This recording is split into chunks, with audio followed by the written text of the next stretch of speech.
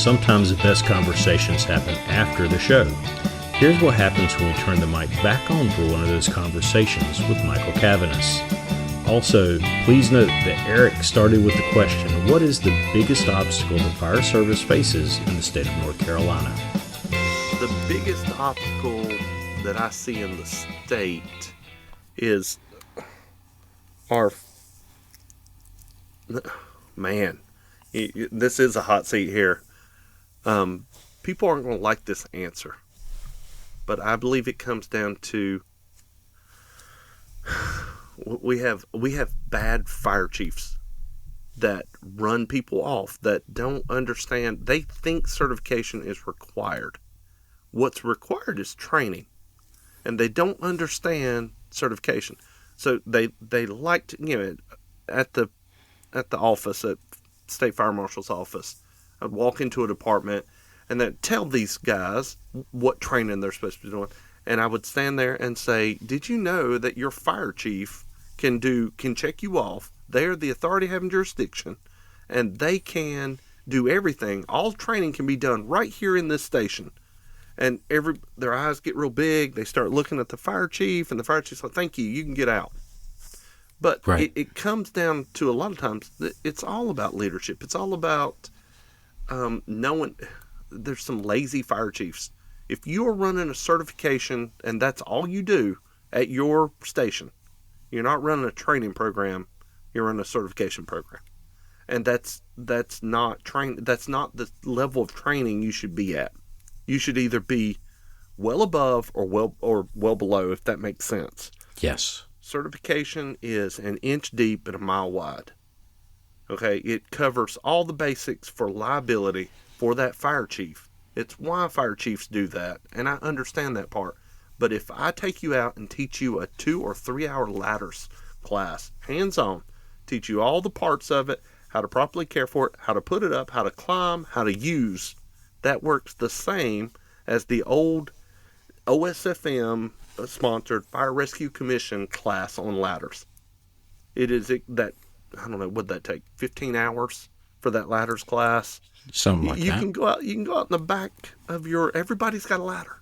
You can go out, throw it up against the side of the building, work on it different ways, and that counts exactly. If you document it, it works exactly the same way as having that certification credit. And I agree.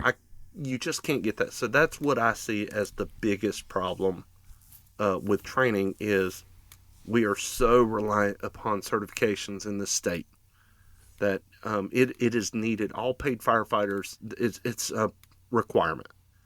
But in a lot of places, it's just they need training. They need quality training. They need people not to be lazy. They need to be led. They need to be trained. I had a great chief. Kyle Dixon just made 20 years at Franklinville Fire Department, and you can call him a lot of things, but he's not lazy. The man made us get out there, and we trained from 7 to 10 every Monday night. And it didn't matter about certifications at that point.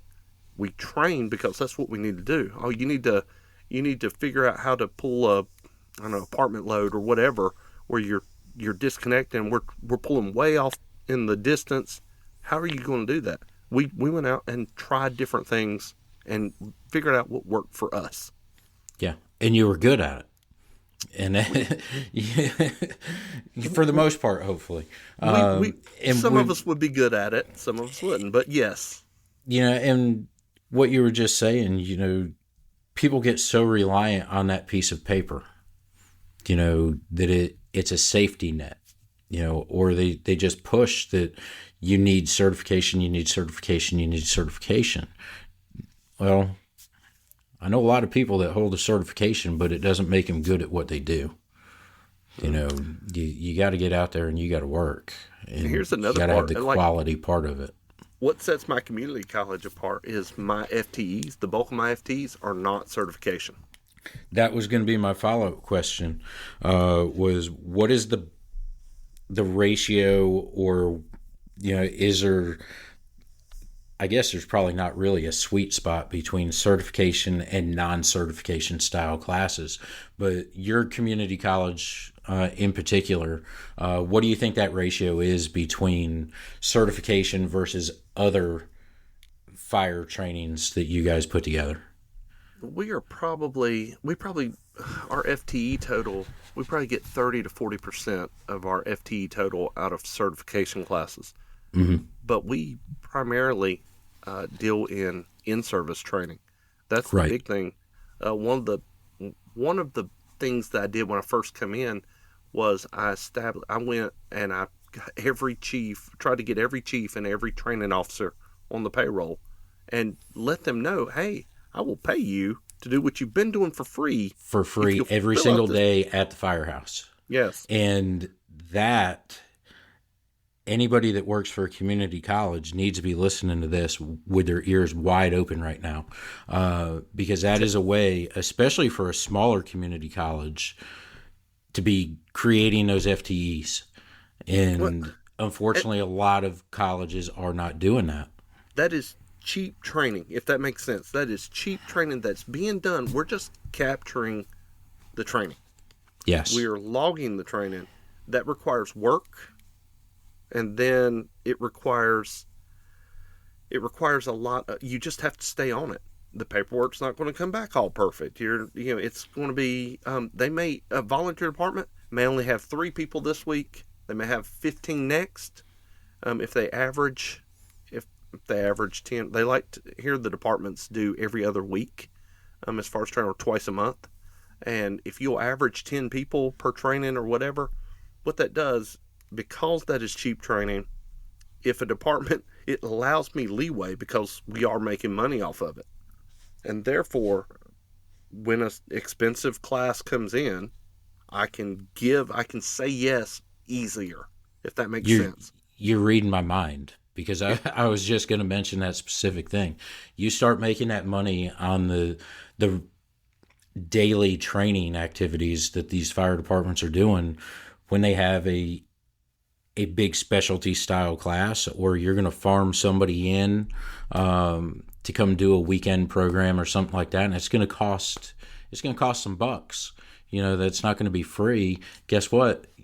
You've been padding that, or you've been working up to that point, and you're going to be able to put that specialty class on. Mm-hmm. And it allows me to bring in Ray McCormick in a couple weeks. Right. Or in September. Just names that you hear. Aaron Fields will come later this year. It's nozzle forward, yeah. Yeah, to be able to, they come, those are big names, and they come with a price tag. They're in demand, and they really are. They're magnetic speakers. People are drawn to them. But it's not about making money. It's what our entities ask for. Right.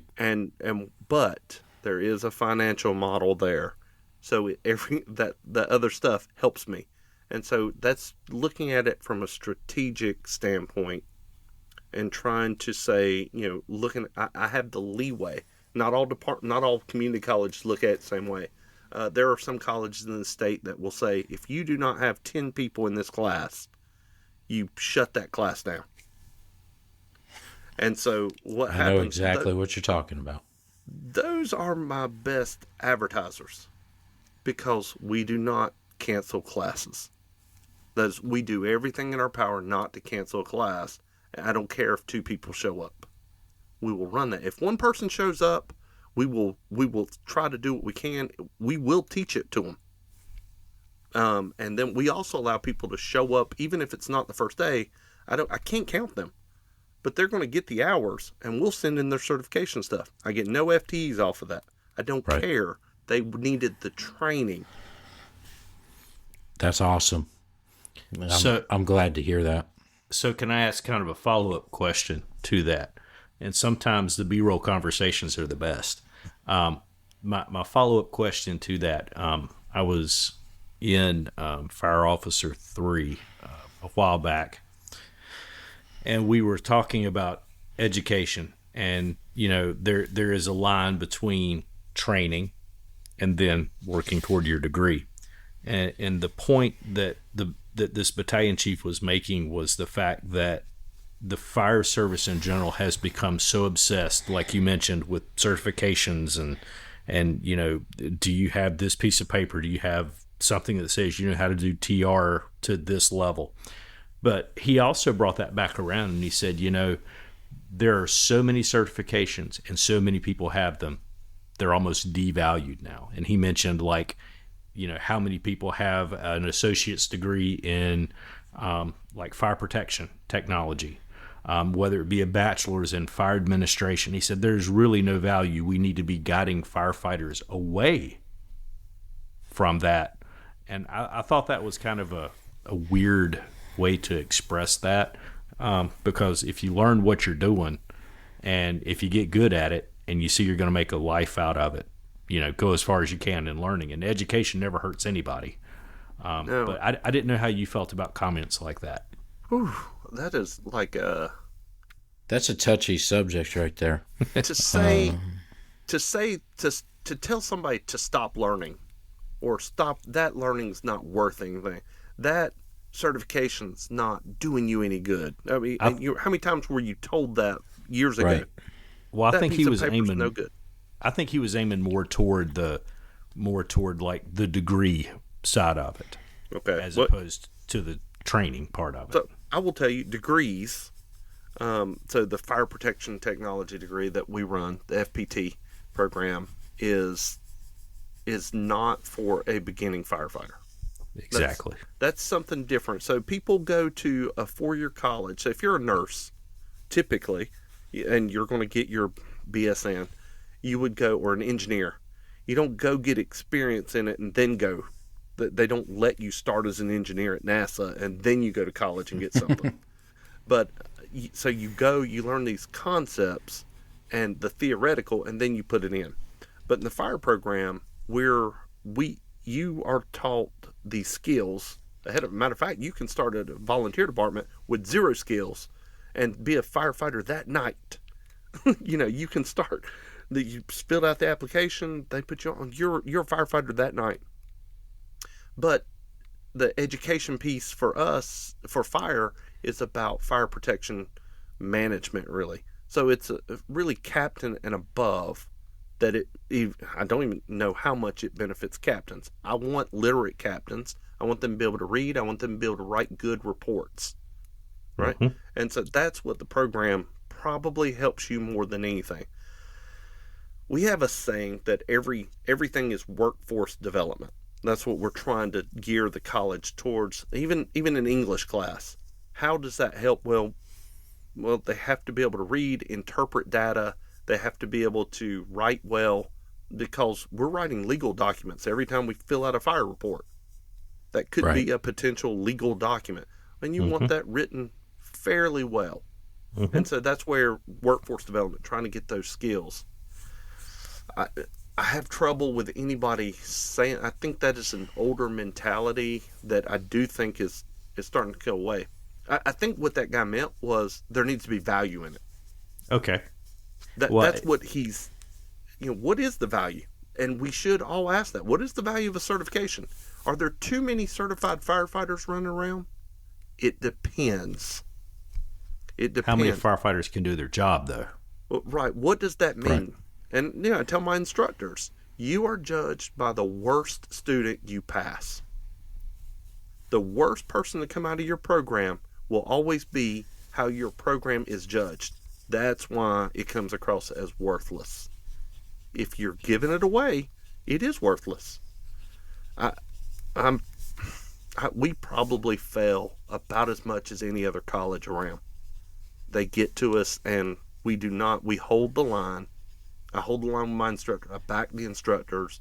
I make sure that if you come out of this, you've got a pretty reasonable chance, at least the day you did it, you could do the skills, because that's what I preach at them nonstop. Do skills. We do get rusty, though. Yeah, but firefighter is a skill-based performance. Mm-hmm. It is not, Eric, you ever show up on a fire and get asked a multiple-choice question? No, sir. That's not the way it works. It's the way we test. Yeah. But it has nothing to do with the rest. So it's all about how you use those skills.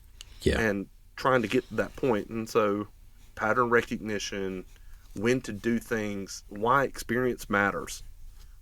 It's all, but it all comes together. Experience is sort of education. The new person. I remember going and being terrified at Burlington. I would have to cook for 12 people. And education, the training that I received there, taught me how to be able to do that. I can say, okay, there's 12 people. I know I need about a half pound of meat per person. We need this many potatoes. The serving size on the back don't mean jack. Double that. You learn those things as you go, and I became competent at it. Firefighting is the same. And it goes back to that age-old adage of, 10 years on the job doesn't equate to 10 years of experience. Mm-hmm. What have you done with that 10 years that you've been on the job? Or are you one of those guys that's not doing a whole lot? You doing the bare minimum? Or are you one of those hard chargers that's out there working every day to perfect what you're doing? Mm-hmm. And so, I agree with you. And you see some of the kids, and I do think in my head sometimes I see them, and I'm like, you need to slow down. You need to, but you don't want. I never want to kill their enthusiasm. Right. They're very enthusiastic. They're spouting off at the mouth. They're young. They're full of energy. But the saying, you can't steer a parked car, right? That slug that's not moving at all, you can't do anything with them until you get them moving. That kid that you can slow them down. You can't give them initiative. That's all from within. So as much as I want to say stuff, sometimes I really bite my tongue and say, you know what? We were all like that. And they will learn, or at least, I'm sorry, the good firefighters were like that. They were brash. They were, you don't know what you don't know. You say too much. You think you know more. I can remember going in my first early fires and not knowing enough to be scared.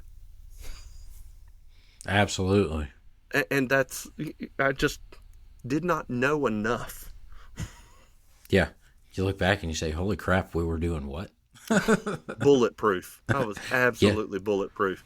Yeah. The roof come in behind me, chimney fell, just all kinds of things. And, people were screaming, did not know enough to be scared. Yep. Just enough to be dangerous. Mm-hmm. Yep. Well, I greatly appreciate you answering those follow-up questions and, again, being here with us tonight. If anybody has any questions for you, Michael, what is the easiest way for them to get in touch with you? It's always email, just because, like today, I was in one meeting all day. So it's just, I can check emails during meetings. And just like you said before, you just now saw my voicemail from last Wednesday. Yes, so. I'm terrible at answering the phone. You're slow at texting, too. I am slow. So what's your email? Email is michael.caviness@rccc.edu. I about gave my DOI email address, but it's rccc.edu. And you see, awesome, brother. We will have some unfiltered content like this that will be available to those folks that so choose to hear it, and this will be a special additional episode that has dropped. So if you're hearing this, consider yourself very fortunate. Okay, thank you, Michael. We appreciate unfiltered opinion there, and I'm careful about that, but that is, it's necessary information now. Yeah, absolutely. Yeah, man. We'll let you listen to it before we drop it. Yeah. All right. You have been listening to All Clear, presented by the North Carolina Firefighter Cancer Alliance and the First Responders Peer Support Network. All Clear is written and produced by Travis McGaha and Eric Stevenson and recorded on Riverside FM. Opinions and views expressed by guests do not necessarily reflect the views of the podcast. Please subscribe and rate us on your podcast app of choice. Thanks, and we'll see you soon.